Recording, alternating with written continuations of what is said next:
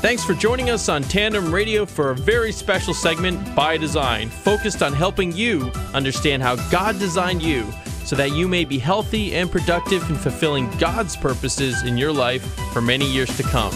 Now let's join our host, health expert and public speaker, Dr. James Proodian. Hello and welcome to the By Design radio program. My name is Dr. James Proodian of Proodian Healthcare and ProodianHealthcare.com, where health literacy is the key to longevity. And as long as God has us on this side of eternity, my show is designed to educate you and your families to feel better, function better, and live as many quality disease-free years as possible. We are long into our nutritional conversation. Actually, this is going to be week number 7 in an ongoing multi-part series. I have no idea how many weeks we're going to be covering the topic or the foundation of nutrition. And a few weeks ago, we left the foundation of nutrition. We were talking about inflammation and processed foods. If you want to go back into tandemradio.com, go to the archive shows. That was week number 21. That was show number 5. Basically, the first 5 shows I did were foundational nutritional shows, and then I followed them up with a bunch of topical shows. We did processed foods, artificial sweeteners, and sugars, and this is going to be another topical show. Basically, just giving you guys some real good meat and potatoes to take home, to use every day in your homes, in your kitchens, the way you shop, the way you go out for dinner. These are things we want to apply. I've used the illustration in the past of a baseball bat, and the way I teach, and being a teacher and running a program called Wellness at Work, which is my public speaking company, the way teaching should be employed, or the way I look at it, is I had to take my daughter to buy a softball bat, and one of the softball bats was $250 and one was $50. I bought her the $50 bat and spent $200 to get her lessons on to learn how to swing the bat. So it's really simple to give you top 10 lists of things you should eat, what you shouldn't eat, this and that. I'd rather teach you how to swing the bat so you're equipped for a lifetime of hopefully healthy living, good wellness, and making sensible decisions. As with all of the shows, we're going to do our Bible verse, Luke 1:37. For with God nothing is impossible. The By Design radio show was really centered around that Bible verse, that we can make really serious changes in the way we feel, how we function, how long we live, by not following man's plan of food design, which is what we're doing now, poor exercise or the improper type of exercise, and really being in a constant state of fight or flight stress, which is causing a whole host of problems. I did those in my earlier shows, and we're going to pick up on stress in some upcoming weeks. So today I want to focus on a topic. Nutrition is our topic. Again, this is not a foundational show. It is a topical show. So that means my topical shows are to give you information, things that you can, again, take home and use practically in your everyday. Proodian Healthcare is made up of Natural Healthcare Center, which is our physical location, 8,000 square foot facility where we do a whole host of services. But Wellness at Work is my public speaking company. And a lot of times when I'm speaking, I have about 32 presentations that I deliver for free to companies and organizations, churches, schools, what have you. Because I feel that education in this field is so woefully overlooked. I hope to leave you today with 7 weight gain myths, and typically I do not do top 10 lists, or in this case top 7 lists, but I found that these 7 weight gain myths were really based upon science and real facts. So I like this, and I wanted to share these 7 with you. So let's start. The 7 myths that most people believe cause them to gain weight. The myth number 1 is that we eat less and exercise more, and we're going to lose weight.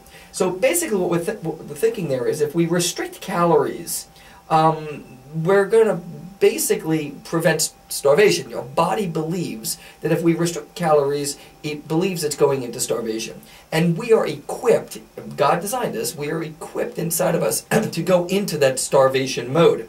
So what we do is we slow down our metabolic rate to conserve energy. Remember, a calorie is equal to energy. So if we slow down our metabolic rate to conserve energy because we think we're starving to death, this triggers our blood so that we receive hunger signals. that are really too strong to ignore, which lead to weight gain because our metabolic rate is slowed down. So when we do that, this cascade, if you will, of molecular changes that take place in us cause us to gain weight, even though we're restricting calories to lose weight. Myth number 2, you can control weight by counting calories. All calories are not created equal. Let's remember that. Food that enters your bloodstream quickly promotes weight gain.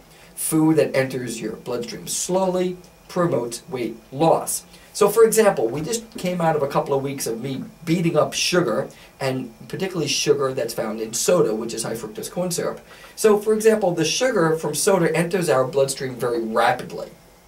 The calories aren't used in stored fat. Basically, the calories that we should be using in stored fat for energy are being used by this quick, rapid burst of bad sugar. Now, what happens is the same amount of sugar from kidney beans enters your blood slowly, but because the sugar from the soda is entered rapidly, you have a greater chance to not use those calories. So what I'm saying is the sugar that comes from the kidney beans enters slowly, and because your body has a greater chance to make use of those calories over time, more is burned and less is stored. Whereas with the sugar, more is stored and less is burned. And that is why sugar is the leading cause of obesity in our country. So, number 3, making fat makes you fat. We've been brainwashed to believe that if we eat fat, we'll get fat. There's one problem. Science does not support that myth. In the last 40 years, our national consumption of fat has decreased from 43% to 34% of our total calories. Eating less fat than ever is what we're doing, yet we're getting fatter. What's the reason? Low-fat diets are often rich in starchy or sugary carbohydrates. Once again, those are the ones that enter the bloodstream fast, which this causes our insulin levels to raise rapidly, and heightened insulin promotes weight gain. So that's a really interesting one. That's pure endocrinology and human physiology 101. You do not want to raise your insulin levels. The kids who go to the birthday parties and we feed them all the sugar and they're bouncing off the walls, and then like a half an hour later, they're almost in like a comatose state. That's the effect of insulin. Insulin will depress the sugar. So be very careful with the amount of sugar and how quickly it's entering the bloodstream. Myth number 4, eating no carbs or low carb will make you thin.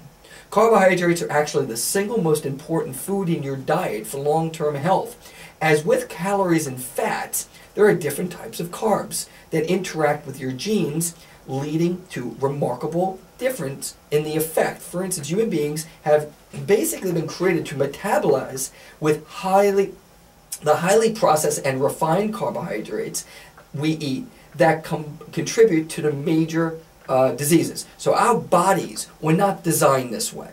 Okay, so our human bodies were not designed to metabolize highly processed refined carbohydrates. They contribute to type 2 diabetes, heart disease, dementia, cancer. Here's the good news. We were designed to process fruits, vegetables, whole grains, beans, good carbohydrates. The good carbohydrates that enter our bloodstream at a controlled rate, don't spike our insulin, have a large amount of fiber in them. And remember, fruits and vegetables have much more fiber in them than even whole grains do. Fruits and vegetables, particularly vegetables, is God's candy. Eat an abundance of it. So remember, eating no carb or low carb will make you thin is a myth. Number 5, skipping meals helps you lose weight. Now check this out. One of the reasons that Americans are getting to be so big as sumo wrestlers is because we actually eat like them. The sumo diet causes ordinary people to gain extraordinary amounts of weight. They skip breakfast, they train for 5 hours or so, working up a huge appetite. Then they eat an enormous meal, they nap for several hours, they eat dinner again, and then they go to sleep. So does skipping breakfast and eating a large meal just before sleep sound familiar? Well, hopefully it shouldn't to you, but it is the American way. Many people are not spacing out their meals properly. They're eating an abundance of food, a large amount of food late in the day, and skipping meals once again goes back to, I think it was myth number 2, where your metabolic rate is actually damaged by not supplying calories into your body. Healthy calories. I don't mean calories that are found in cupcakes and sugar. I mean healthy, God-given calories to sustain energy so we're not spiking our insulin. Myth number 7, it's called the French paradox meets the American. The French have a reputation as a culture. They know about food, they know what to do with it, they eat very healthy. The French eat more fat, drink more wine, and yet suffer less heart disease and are less obese than Americans. Well, that's only part of the story. The truth is the French diet eat real food. It's fresh, it's full of nutrients, and it's minimally processed. And they eat less food than we do. They actually eat less food than we do. Yet they eat food more slowly than Americans do, and they walk more than we do. So what does all that mean? I'm not, by the way, advocating drinking wine in this analogy. It was just something that I took out of the article that I was reading. They eat less food, but the quality of their food is much better than the American diet. And that's why France and Italy rank number 1 and number 2 in the world in health. The last is myth number 7, food politics. Government and the industry are the guardians of our health. An obese America is big business for the food and pharmaceutical companies. The food industry spends more than $33 billion annually on marketing. 70% of those dollars go into pushing fast food, convenience food, candy, snacks, soft drinks, alcoholic beverages, and desserts. Only 2.2% is spent on advertising for fruits, vegetables, grains, or beans. The main classes of drugs for treating high cholesterol are amongst the biggest selling in American history. Our government can't find enough money to fund public health campaigns to promote the scientific principles of good nutrition, but we can increase agricultural subsidies from $18 billion in 1996 to $28 billion in 2000 to supply a glut of soybeans and corn that's transformed in the laboratories into toxic food additives, sugar substances, and superfats known as high fructose corn syrup. And of course hydrogenated soybean oil. So here is our government and the pharmaceutical company pumping billions, $33 billion annually, into manufacturing food. And this industrialized waste has caused this host of chronic illness. The jury is not out on this. The research is in. It's been substantiated and proven that our weight loss, our obesity, our type 2 diabetes, which is epidemic throughout our country, is man-made. So our 7 points that promote weight gain, you can email me if you'd like me to send you a copy of this. Please go to the ProodianHealthcare.com homepage and you can submit a question. I'd be happy to respond to it and I'll forward you this information. The other thing we could do is if you're looking to see me in March at Natural Healthcare Center, we are having a youth sports scoliosis and postural screening. So if you have, this is all done complimentary for the community.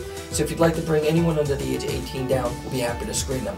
You've been listening to the By Design radio program. Thanks for joining me this week. God bless you and have a wonderful week. You've been listening to By Design with Dr. James Proodian of Proodian Healthcare. To learn more, visit us at tandemradio.com, that's tandemradio.com, or on Facebook. And don't forget to email us with your questions. We'd love to hear from you. In the meantime, hope you have a healthy week, and we look forward to you joining us next time for more fantastic insights from Dr. James Proodian on By Design, a special production of Tandem Radio.